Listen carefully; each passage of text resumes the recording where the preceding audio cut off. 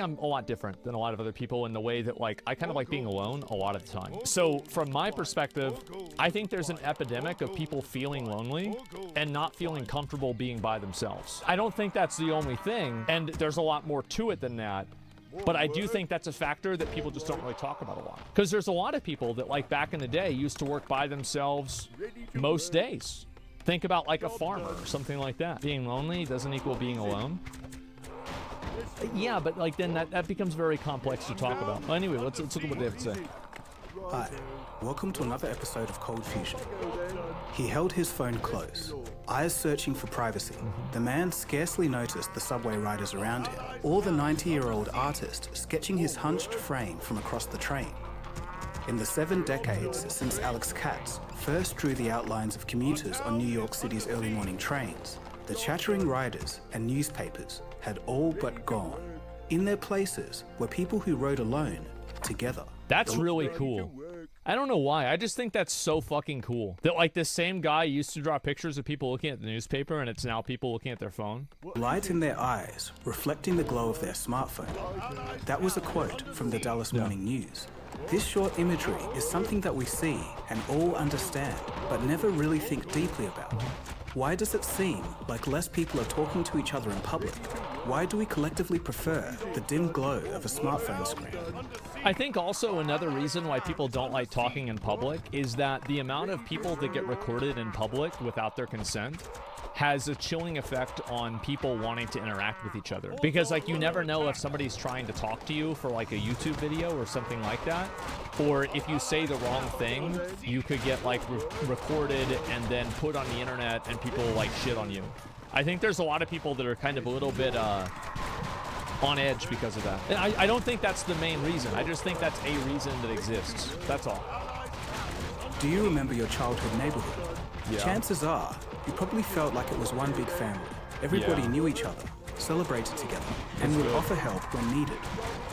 But in recent decades, this seems like it's no longer the case. People seem to keep to themselves more. And as a side effect, people are more lonely today than ever before. I think that for my neighborhood, the reason why it was the case is because, like, everybody's kids were friends. So, like, I know my neighbors, sure, but, like, I'm not actively spending time with them. But, like, if I had kids and they had kids and the kids were hanging out, then I would know them way better. The number of men without any close friends has increased 5 times since 1990, and 10 times for women, though the total percentage of men feeling lonely I wonder why women it's a lot less. is higher. On top of this, 3/4 of Gen Z report feeling lonely. Why have we drifted from each other? What is going on here? The trend started before the pandemic and even before smartphones, so it has to be something structural within society. But what? I still think that, like, there's a big component of this that people view, like, they see media, like movies, TV shows, Instagram, and Facebook of, like, all these people hanging out and having fun together. And, like, they feel like they need to be doing that. And so there's, like, a sense of, like, perceived loneliness and FOMO because you're missing out on these opportunities. Whereas, like, before, you didn't really see those things happening, or they were portrayed to you in a way that was more authentic. Like, you know, you saw this happen, but it was, like, very rare. Yeah, they don't see the reality exactly. Working on this episode for many months. It's an exploration of the loneliness epidemic. And the reason why I'm bringing this point up is that, like, I think obviously this video is going to talk a lot about, like, the lack of community, the lack of third spaces, the lack of, you know, like, interaction, human interaction, the lack of social friction, like having to call a landline and have the parent pick up and ask to talk to the kid that you're friends with. Like, you know, all of these things probably are going to be covered in the video. But I think that that's not the only vector in which loneliness is created. I think there's also the perception of loneliness that's gotten a lot larger as well. In this episode, we'll see the definitions of loneliness, its origins, its causes, and who's most affected. Third spaces? But this episode isn't all bad news.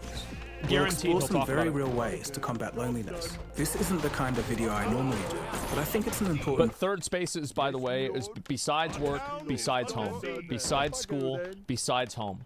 So, like, going to a card shop, going to a mall, going to a skate park, something like that. another community place where people gather to get together that they don't necessarily have to be at. YMCA. Yeah, there you go. Topic. So sit back, relax, and let's get into it. And they don't cost money? Well, some do, some don't. You are watching Cold Fusion TV. But in general, like, they're very easy to access. Loneliness is on the rise globally, and it's being declared a health risk. A top US health expert has warned that loneliness can be as harmful as smoking 15 cigarettes per day. Holy shit. In 2017, I'm not really sure exactly how much credibility I give that, because like some people, I think that's probably true, but is that true on like a general sense? Because can be, right? You use the word can be. Well, video games can be more addictive than heroin for somebody, but is this the norm? Probably not. former US Surgeon General Vivek Murthy recognized the growing trend in loneliness based on scientific research. Vivek phrased the phenomena as the loneliness epidemic, but to understand this winding and twisting story, we have to start at the fundamentals. What does it mean to be lonely? Being alone isn't being lonely. Okay. People sometimes confuse loneliness and solitude, but the fact of the matter is, being alone and feeling lonely are not the same. You can feel lonely even though you're physically with other people, or I've never experienced that. And I know other people have that. Like, this is, it's kind of interesting for me to watch something like this, because I just don't, I have? Okay, yeah, that's really interesting. can enjoy solitude without feeling lonely. In a nutshell, loneliness is not always the result of being alone. Okay. It's more of a mental state of being. From a neuroscientist point of view, loneliness is actually a state of hypervigilance. It makes you feel unsafe and unsatisfied with your social interactions. It's a type of emotional pain signal. The pain is telling your brain that you need to find someone to talk to. That's what loneliness is, the difference between how much social connection you want and how much you feel you actually have. That makes a lot of sense. Yeah, I agree with that, sure. It can be summed up by this line. Loneliness is feeling disconnected from others, even when they're right next to you. If it's temporary, it's the equivalent of being hungry. But when it becomes chronic, that's when it starts affecting your health. That's interesting. Like, I usually feel like I'm pretty disconnected from other people myself. But I don't think that really makes me feel lonely.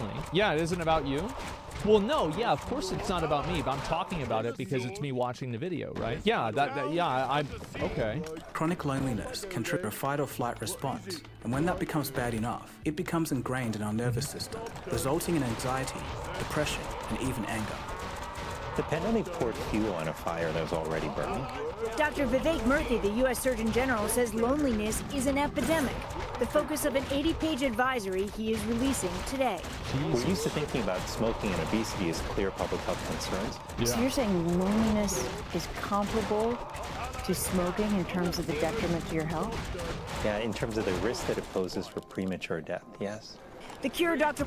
I'd like to have him like expand a little bit on that, because I think that is, I don't believe that. I don't know, like evidence. Yeah, like what do you mean by that? Because it's become so vague. Because like, for example, loneliness often, like, is he using the link between loneliness and suicide? Is he using the link between loneliness and substance abuse, and then correlating deaths to suicide and substance abuse as derivative from loneliness? Like, I don't know. So it's very, like, I'm not sure I immediately buy that. I hear something like that, that seems insane to me. I'd want to hear and know everything about it.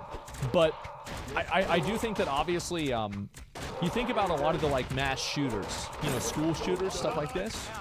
Almost all of them were lonely, you know, or sorry, actually I can't really say they were lonely, but like they didn't have a lot of friends. Murthy says is not only personal change, but societal change as well. You're talking about changing the social fabric. That's been decades in the making. It's been decades in the making, but it's also something that I'm confident we can address if we put our mind to it and if we act together. We'll get to more of the health effects a bit later, but for now, let's ask the question, how did we get here? we got here because we brought ourselves here. We wanted to be here. I think this is like in a really weird, abstract way. A lot of people wanted to have this happen. They wanted to be able to not have to call a landline. They wanted to have cell phones. They wanted to be able to be on their computer all the time. It's like WoW about how, you know how they made the game less social over time by listening to the player base? Yep. I think it happened in real life. Yep, people wanted convenience. And social interactions in a lot of cases are inconvenient. Loneliness is not a new thing. It's been around for as long as humans have. Today's loneliness seems like a simple cause and effect. As society became more complex, with industrialization, urbanization, and a faster pace of life, people became lonely. But it's not that straightforward. Something major happened in the 1960s and 70s that became the bedrock for the Loneliness Epidemic Declaration in 2017. It was a huge cultural shift. In Western nations, Vietnam and everything. it was the social movements of the 1960s and 70s that seemed to accelerate this phenomenon. A 2023 QC research piece on loneliness by Alan Greenblatt would mention that, quote, the mass social movements of the 1960s helped shift people's attention from local concerns to more national issues. I think this is, hey, Baldy, shut the fuck up. Number two, a lot of people, like, this is what my dad said this at least. He said that he thought a lot of these, like, protests and everything like that were people that were really protesting because they didn't want to get drafted. Because people were getting drafted into Vietnam, and because of that, they were protesting because they didn't want to have that happen. Which, to be fair, I could definitely see why. In other words, local communities mattered less, and it was all about changing the national status quo. Yeah. According to Allen, this eventually resulted in a, quote, decreased number of social gatherings and eroded organizational participation, end quote. For a commentary on the cultural mood at the time, at least in the UK, you can look no further than the Beatles. According to Paul McCartney, the 1966 Beatles song, Eleanor Rigby, was a broad commentary on the social changes of the 1960s happening at the time. That's interesting. I always thought that song was about like some like Salem days. You can see it in the lyrics, quote, all the lonely people, where do they all come from? All the lonely people, where do they belong? Look at all the lonely people. In the 1970s, things only got worse. This period would be famously known as the Me Decade. Why? Because a form of hyper-individualism began to express itself within society. As Yuval Levin articulates in the Fractured... Well, also you have to keep in mind that, like, the reason why individualism was so popular is because a lot of people, like, my dad and I talk about this a lot, and, like, obviously his experience isn't just, like, the only person that's, like, ever existed at that time, but a lot of the reasons why people trended much more towards individualism was because the collective nature of society and culture was oppressive. It was, like, tremendously oppressive. And because it was so oppressive, that's why this happened. It's not like it just happened out of the blue. Public. The 1970s saw high inflation, high crime, an explosion of single mothers, and the eroding of family structures.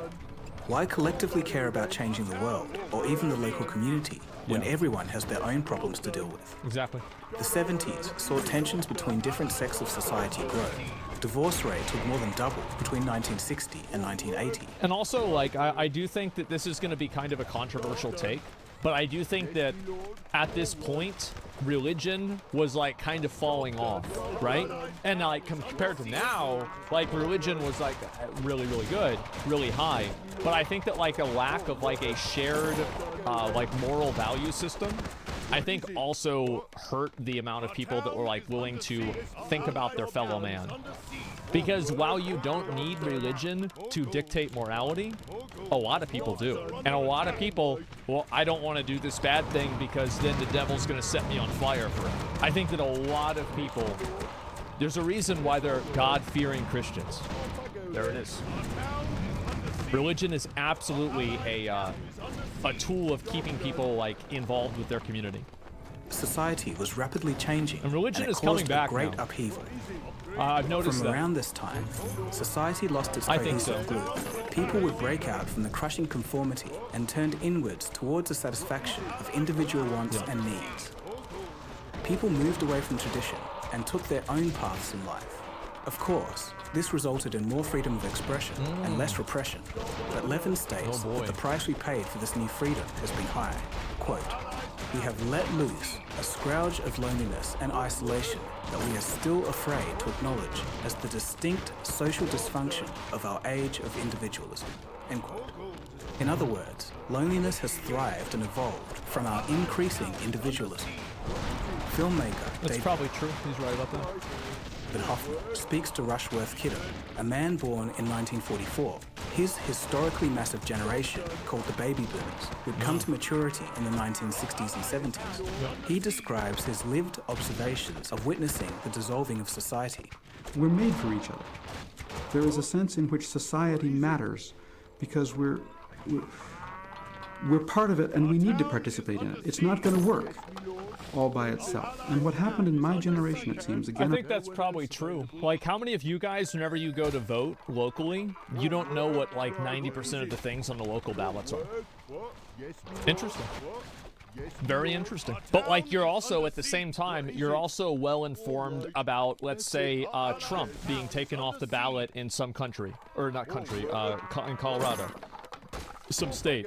You're also well-informed about, you know, like what Biden did. And so, like, what I'm saying is, like, people get focused more on an abstract idea that they have less control over, rather than things that they do have immediate control over. Like, in local government, you can make changes way more easily than you can on a federal level. Like, I mean, come on, it's fucking obvious, right? Because there's less people you've got to go through.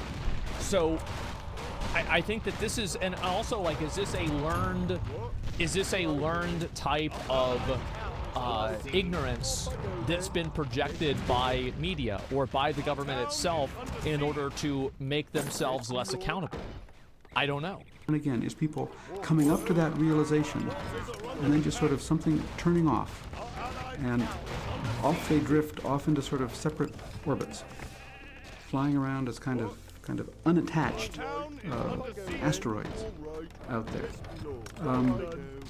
There needs to be, it seems to me, if society is going to hold together, that sense of social cohesion in which each of us, as part of the community, says, I've got a responsibility to this. It's not a formal responsibility. It's not law. It's just that I care about this society and I'm part of this. Increasingly concerned that whatever the gravity is that holds the asteroid in orbit is just beginning to dissolve. Well, I think that a lot of people are less connected to their culture and their community because they're more connected to an online community. They're more connected to, like, an identity group. You know, for example, like, now you're no longer, you know, like, oh, I live in Austin, Texas. It's like, oh, well, you know, I'm part of, like, this group of people on the internet, or I'm part of this group of people that's, like, international or whatever. And so I think that that's really the difference, is that people just find an identity somewhere else instead. And these people again and again are just sort of out there wandering. We never, ever in the history of the world experienced anything like the baby boom that followed World War II, and we will never experience it again. This was that sort of one-time phenomenon. And what we see in the 60s may be as simply explained as saying that's the maturing of that tremendous crush of population, which finally didn't have the elbow room, and finally needed to break out and say, I'm me. This is all to say. Well, I just think that a lot of that probably was a massive result of, because, like, you think about the 50s, right? The idealistic 50s. And think about how bad that would be if you weren't part of that mold. Do you see what I'm saying? So, like, a lot of people, obviously good times, well, not for a lot of people, though. The generations following the boomers grew up with strong individualism already embedded in society. Individualism came to prominence. And there's a social oppression to it that, like, we don't really have as much of nowadays. And I think that level of social oppression is one of the big reasons why this happens. In the 1960s and 70s. Why people wanted to be individuals. There were, of course, periods where this did improve, but since the 2000s, social interaction has taken a nosedive. Oh, yeah. Job's done. Job's done, right? Job's done. You see, Orson, loneliness is a disease of the spirit. People who have it think that no one cares about them. Are you saying that Earthlings make each other lonely? No, sir, I'm saying just the opposite. That they make themselves lonely. They're so busy looking out for number one, they don't have room for two. It's too bad everybody down there can't get together and find a cure. Well, here's the paradox, sir. I think that's true, and I think also like the focus that people have on like social media, because like if you think about a lot of social media, it's like fundamentally narcissistic. Like all you're doing on social media with like making your account and curating your account is talking about yourself and making things about yourself, involving yourself into things, comparing yourself. Because if they did get together, they wouldn't need one. Isn't that Zen-like? Generation X and the Millennials settled into a hyper-individualistic world, and by 2007, Gina Gustafsson from Uppsala University will state that society is undergoing, quote, the slow but steady weakening of shared collective identities, norms, and culture, and the concomitant rise of the ideal of the independent individual. End quote. Broadly speaking, I'm not sure I agree with that. I think that people have just replaced their local identities with other identities. I feel like that's the case constantly. And like you'll see it all the time, like in chat, for example, where I'll say something that is like for example, like the other day I was talking about like, you know, can kids consent to getting like a tattoo or something like that? And I said, yeah, kids obviously can't do that. And then somebody turned it into, like, can kids consent to, like, getting their gender changed? Because, like, their identity is so wrapped up in this idea that they're unable to see anything from any perspective. And, like, if they just hear these words, it's like a Pavlov, like, fucking dog salivating response. Where it's like you're just instantly, oh, I know what to say now. I know what to say. I heard the thing, I heard the word, I say the thing. Marco Polo. And so I think people are absolutely attached still to identities, but I don't think they're local identities. Careful saying this on Twitch? Why?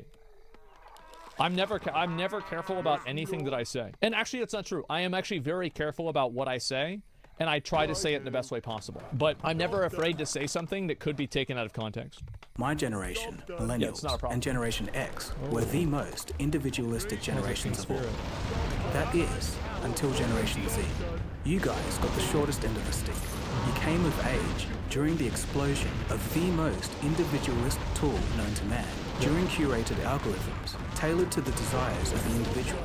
In other words, social media. High schools and universities. Yeah, I got on social media at 14. Like, I was on it as soon as I could be.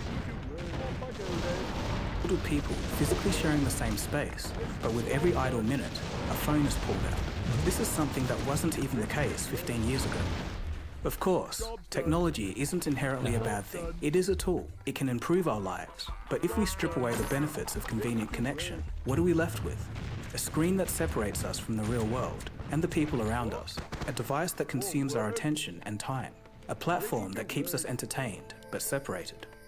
Because somehow, even with all of our unprecedented technology, no one has yet solved what I'll call the other gamer's dilemma. That when you shut your computer screen, power down your phone, take off the VR headset, there you are, alone. What's the problem with that? Yeah, that's the best part. Thank fucking God. Holy shit, it's been a long day. Alright, yeah, I'm gonna go lie down, man. Go on a walk or something, like, fuck. In your room. Now, this is all known and common knowledge, but what's surprising is what's next. There's a hidden force that's causing people to feel lonely, and it's hardly ever talked about. Yeah, people can't afford to go out. Yeah, I think everybody knows about that. So yeah, it's like, you know, like, it's weird to me because, like, I'm a very, like, I don't like saying I'm introverted because I think it's cringe, but if you were going to define introverted, you would basically say you're like me, naturally. And so, a lot of times, whenever I say that I don't like being around other people, people that are extroverted and much more social just simply can't comprehend that. And I can explain to them, I don't want to be around anybody.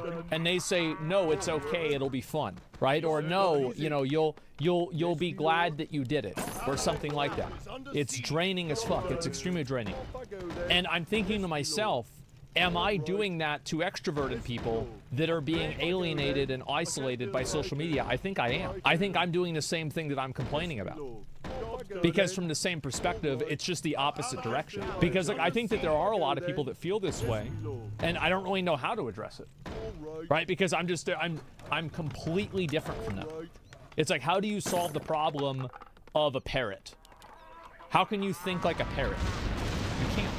It's a parrot. And obviously, people that are extroverted aren't as different as people and parrots, but at the same time, it's a completely different foundation of thinking. Upgrade complete. We are about to become a society. By the turn of the century, there will be 8 times as many people over the age of 60 and half as many people over the many kids under the age of 5.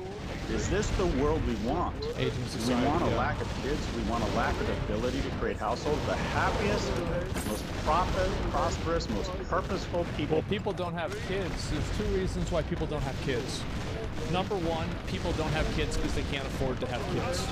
Number 2, people don't have kids because settling down with a person creates the idea of FOMO, and because the internet provides the illusion of infinite options, people don't want to settle down with any individual person. I think those are the 2 main reasons. In America, our middle-class families, we have made a concerted decision to punch it in the gut and make it harder for that type of family formation. We're going to lose prosperity, and we're going to lose purpose. Most people don't realize this, but societal cohesion and economics are very closely interlinked. A healthy growing economy means that the standards of living go up. Jobs are stable, wages are increasing, and inflation is low. People can afford more, feel happier, and are more likely to build relationships. A faltering economy is exactly the opposite. Today, due to rising inflation, stagnant wages, and debt burdens, people have to work longer and harder. Sometimes we may even need to juggle multiple jobs just to keep up. It's a frustrating state of affairs, but if you're wondering... He's completely right. How many of you guys make over $50 an hour in your job? Me? A lot of people. How many of you guys make under 12?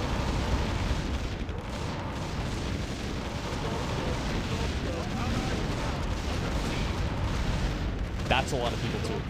My understanding is that the disparity between the wealthiest and the, like, there is like a poll it. I don't think it really the poll matters, right? All I'm saying is that I think that there is a growing disparity between people that are like really rich and people that are really poor. Like back in the day, like growing up, how many of you guys got the same education about like the Gilded Age, about how inequality was like at an all-time high and there were super poor people and super rich people?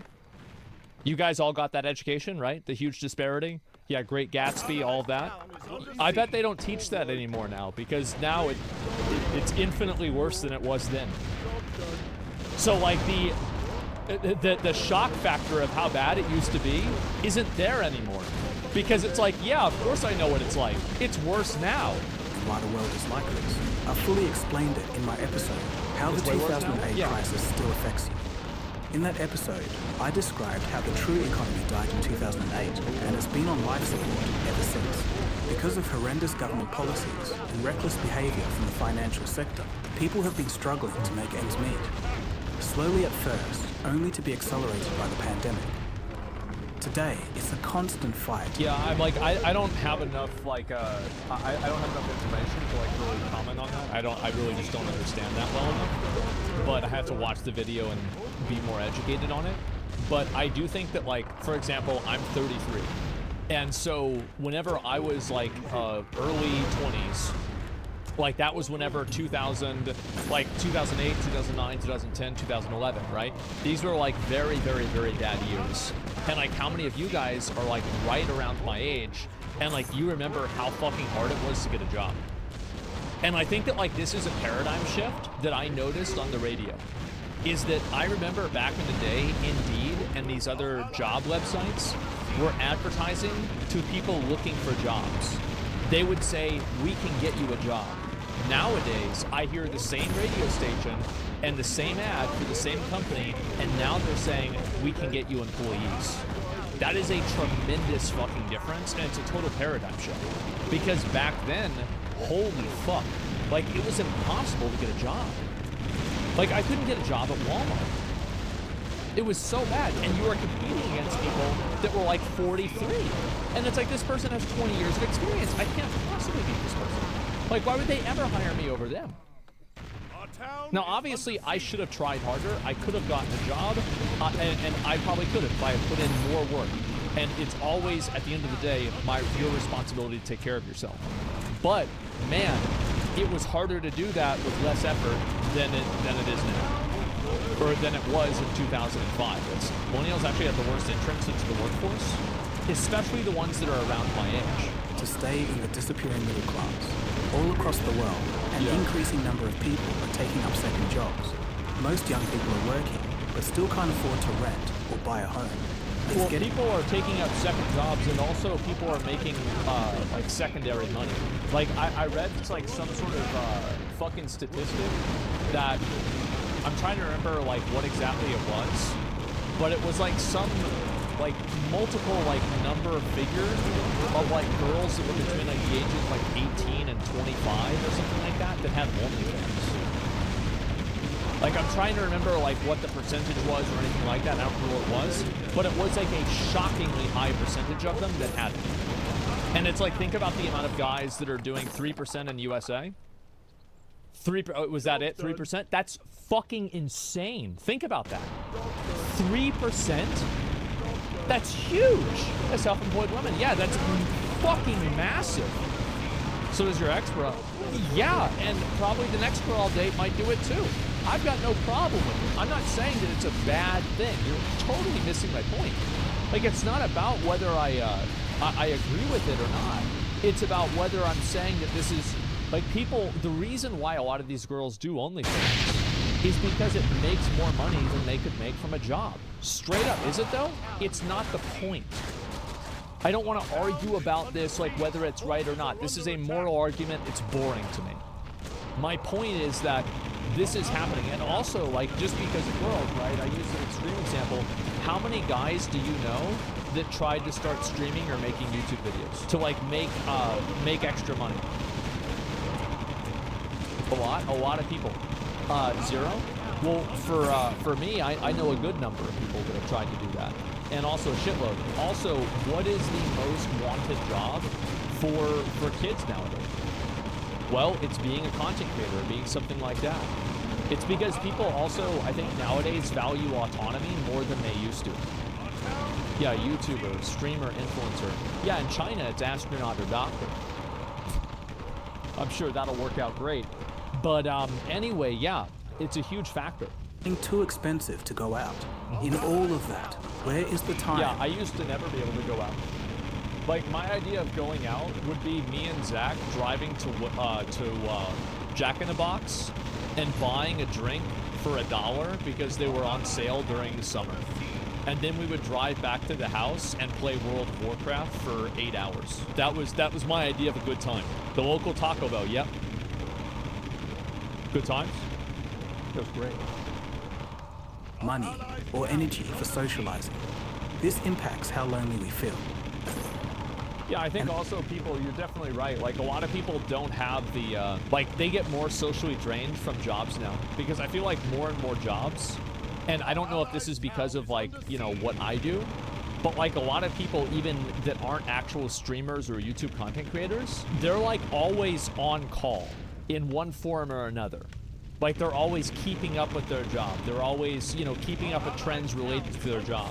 And so, like, the amount of time that you're at work might be 40 hours a week, but the amount of time that your mind is at work is, like, maybe 60 or 70. So, like, that mental exhaustion makes people not want to socialize as much because they're fucking tired. It's not just some pie-in-the-sky idea. To give you a data-driven picture of how influential economics can be to feelings of loneliness, a study with Somebody says that's every job. I disagree with you. I don't think that it is. I think that more tech jobs and jobs that have to do with it's really simple, right? Like jobs where you're working internationally and jobs where you're working like in on a countrywide level, like in the US, for example, because there's like a 3 or 4 hour differential between like, you know, the latest time and the earliest time in the US, and like Pacific time versus like whatever fucking Eastern time is. You're just working more because you're interacting with people around the clock. 100,000 UK participants found something. It definitely is on a spectrum.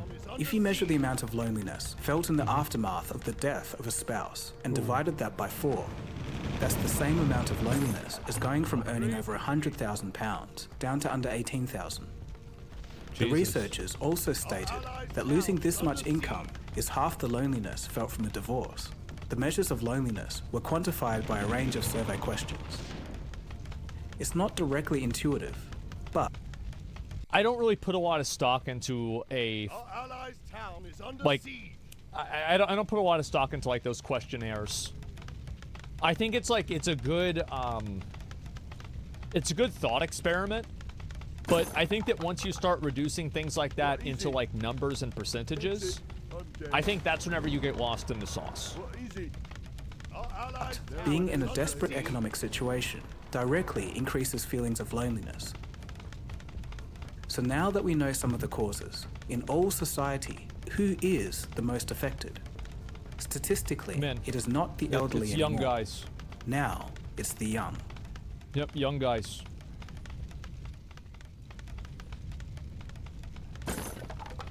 If you do a search for I have no friends on YouTube, the results are filled with experiences of young people feeling lonely. They struggle to make real connections. These videos have thousands and even millions of views, which means that they must be resonating with people. Well, there's also there's like a certain type of like Sigma grind set mentality that like some people try to push nowadays, that it's a good thing to not have any friends. And I think that like I think that's very unhealthy. It is. It's a lie. Yeah, I think it is generally unhealthy to push that type of mindset. And even millions of views, which means that they must be resonating with people.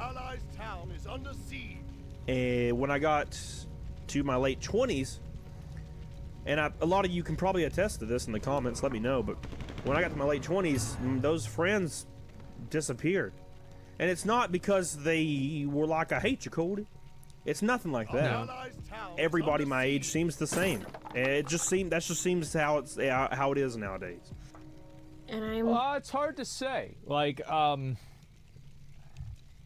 you know, I'm the kind of guy, it's like if I haven't seen somebody in 5 years, I see him again, it's like I saw him yesterday. It's totally fine with me. It's whatever. But I think also, like, you know, I can only really see something like this from my perspective. And I can see definitely why he would feel that way. No one can really talk for everyone, though. Exactly, that's what I'm saying, right? It's like, I'm just expressing how I would think about that and how I feel about that, but I'm not saying that I'm right, he's wrong. I don't think it's an element of that at all. Sitting alone in my apartment at my desk, staring at my computer. Yeah. Like, because I don't have any friends. I don't know how to make friends, and I'm scared. I want to